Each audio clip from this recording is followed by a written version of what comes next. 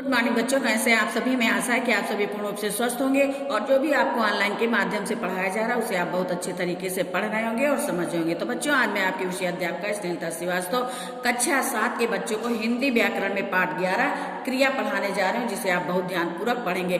क्रिया आज हम 2 पाठ आपको पढ़ाएंगे, पाठ 11 और पाठ 12। पाठ 11 और 12, इसके पहले टर्न में हमने आपको पाठ 10 पढ़ाया था। कक्षा 7 के बच्चे ये समझ लें कि आपके यहाँ व्याकरण में यूटी सेकंड में पाठ 1 से और पाठ 15 तक आएगा। पाठ 1 से और पाठ 15 तक आएगा। तो पाठ 1 से पाठ 15 तक आप बहुत अच्छे तरीके से याद कर लें, क्योंकि जो अगर आप याद करते हैं और पीडीएफ में जो भी आपको प्रश्न दिए जाते हैं उनको आप लिखते हैं होमवर्क में, तो आपको पेपर में कोई भी असावधानी नहीं होगी। तो हम आपको पाठ 10 से पढ़ाना प्रारंभ कर रहे हैं, 10 से, और हम आपको 15 पाठ तक पढ़ाएंगे। इसके बाद फिर हम पाठ 1 से और 9 तक पढ़ाएंगे। तो आइए आज हम आपको पाठ 11 पढ़ाने जा रहे हैं।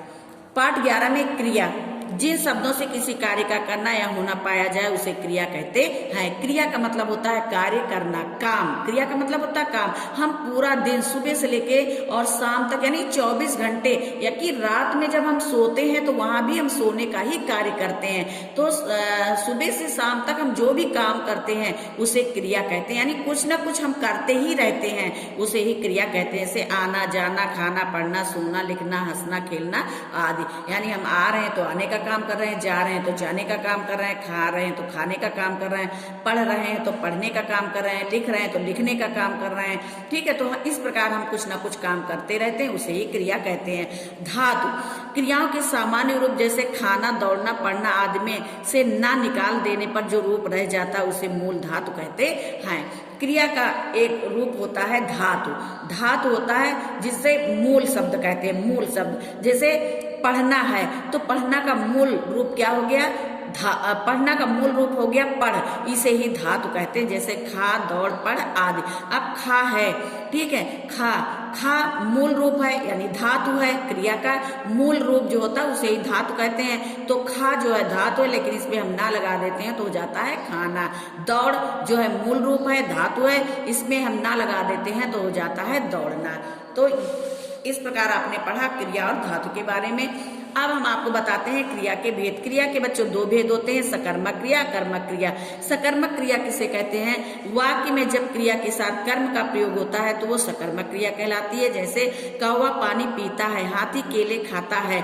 इन वाक्यों में पीता है, खाता है सकर्मक क्रियाएं, क्योंकि इनमें इनके कर्म पानी और केले हैं। बच्चों, जहाँ पे क्रिया के साथ कर्म लगा होता है वहां पे सकर्मक क्रिया होती है। जैसे आप पढ़ रहे हैं कि कौवा पानी पीता है, तो कौवा पीता है, क्या पीता है? पानी पीता है। तो पानी क्या है? कर्म है, और पीता है क्या? क्रिया। तो यहाँ पे क्रिया के साथ कर्म लगा है, इसलिए यहाँ पे सकर्मक क्रिया है।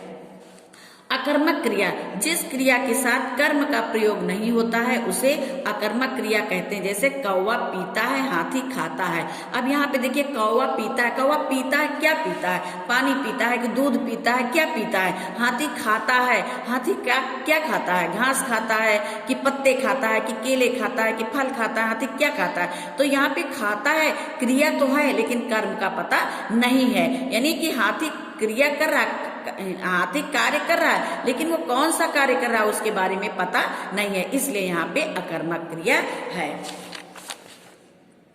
तो ये तो आपने पढ़ा बच्चों क्रिया के बारे में कि क्रिया के 2 भेद होते हैं, यानी क्रिया सारा दिन हम कोई ना कोई कार्य करते रहते हैं जिसे क्रिया कहते हैं। क्रिया को ही काम कहते हैं। जिसे हम कोई काम कहते हैं, उसे काम करते हैं, उसे ही क्रिया कहते हैं। क्रिया 2 प्रकार की होती है, सकर्मक क्रिया, अकर्मक क्रिया। सकर्मक क्रिया वो होती है जिसके साथ कर्म का प्रयोग होता है। अकर्मक क्रिया वो होती है जिसके साथ कर्म का प्रयोग नहीं होता। जैसे हम कहें कि बच्चा खाता है, तो बच्चा खाता है, ठीक, क्रिया है, क्रिया तो कर रहा है, वो कार्य कर रहा है, लेकिन कौन सा कार्य कर रहा है? खाता है, यानी कि वो खाना खा रहा है कि फल खा रहा है कि मिठाई खा रहा है, वहां पे कर्म नहीं है, इसलिए अकर्मक क्रिया होगी। और अगर हम कहें कि बच्चा आम खा रहा है, बच्चा फल खा रहा है, बच्चा खाना खा रहा है, बच्चा मिठाई खा रहा है, तो वहां पे जो है क्रिया के साथ कर्म है, क्रिया है खा रहा है और कर्म है मिठाई, तो बच्चा मिठाई खा रहा है, तो यहाँ पे सकर्मक क्रिया होगी। तो इस प्रकार आपने बच्चों पढ़ा पाठ 10 और पाठ 11, पाठ 10 और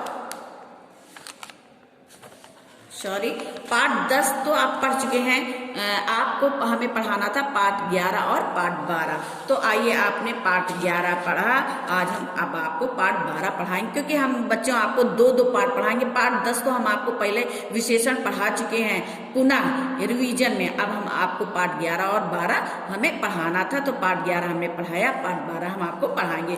पाठ 12 में क्या है? कारक। पाठ 12 में क्या है? कारक। कारक क्या होता है? संज्ञा या सर्वनाम के जिस रूप से उसका संबंध वाक्य में क्रिया के साथ जाना जाए उसे कारक कहते हैं। ने, को, से, के लिए, से, का, के, की, रा, रे, री, में, पर, हे, अरे आदि, ये सब बच्चों कारक चिन्ह है। कारक 8 प्रकार के होते हैं। कर्ता, कर्ता, कर्ता, जहाँ पे किसी भी वाक्य में ने होता है वहां कर्ता कारक होता है। कर्म, कर्म का चिन्ह है। को, करण का चिन्ह है। से, संप्रदान का चिन्ह है। के लिए, अपादान का चिन्ह है। से, अलग होने का भाव। संबंध, का, की, के, रा, री, रे। अधिकरण में, पर। संबोधन में हे और अरे, ये है कारक के चिन्ह। हर वाक्य, कोई भी वाक्य हम बोलते हैं तो उन वाक्यों में इन चिन्हों का प्रयोग होता है। कारक चिन्हों का प्रयोग वाक्यों में कारक चिन्हों का वाक्यों में प्रयोग। कर्ता कारक। ने, बच्चों ने खाना खाया, रोहन ने हॉकी खेली। यहाँ पे कर्ता कारक है। देखिए इन वाक्यों में ने का प्रयोग हुआ है, यानी बच्चे ने खाना खाया। तो जहाँ पे किसी वाक्य में ने का प्रयोग होता है वहां समझ लीजिए कि कर्ता कारक है। कर्म कारक का चिन्ह है। को, बच्चों को किताब दिलाना है। सपेरा सांप को नचा रहा है। यहाँ पे इस वाक्य में को चिन्ह है, इसलिए यहाँ पे कर्म कारक है। करण कारक का चिन्ह होता है से, के द्वारा। ठीक है, यहाँ हम रेलगाड़ी से दिल्ली जाएंगे। रेखा बस के द्वारा स्कूल जाती है। तो यहाँ पे इस वाक्य में से और के द्वारा यानी करण कारक का प्रयोग हुआ है। संप्रदान कारक के लिए, संप्रदान कारक में के लिए का प्रयोग होता है। माँ के लिए खाना लाओ। डॉक्टर ने मरीज के लिए दवा दी। माँ बच्चों के लिए खाना बना रही। जहाँ पे के लिए का प्रयोग होता है वहां पे संप्रदान कारक होता है। आइए हम आपको 5वां कारक बताते हैं, अपादान कारक। अपादान कारक का चिन्ह होता है से। ठीक है, यहाँ पे से का मतलब अलग करना, किसी भी चीज को किसी चीज से अलग करना। जैसे वृक्ष से फल गिरा, बच्चा घोड़े से गिरा। यहाँ पे वृक्ष और फल को ये से अलग कर रहा है, वृक्ष से फल को अलग कर रहा है। तो यहाँ अपादान कारक है, यहाँ पे से अलग करने का भाव प्रकट कर रहा है। संबंध कारक, संबंध कारक में है का, को। यह राधा का घर है, आज राम को दिल्ली जाना। जिस वाक्य में का और को का प्रयोग होता है वहां पे संबंध कारक होता है। अधिकरण कारक का चिन्ह है में और पर। अधिकरण कारक का चिन्ह है में और पर।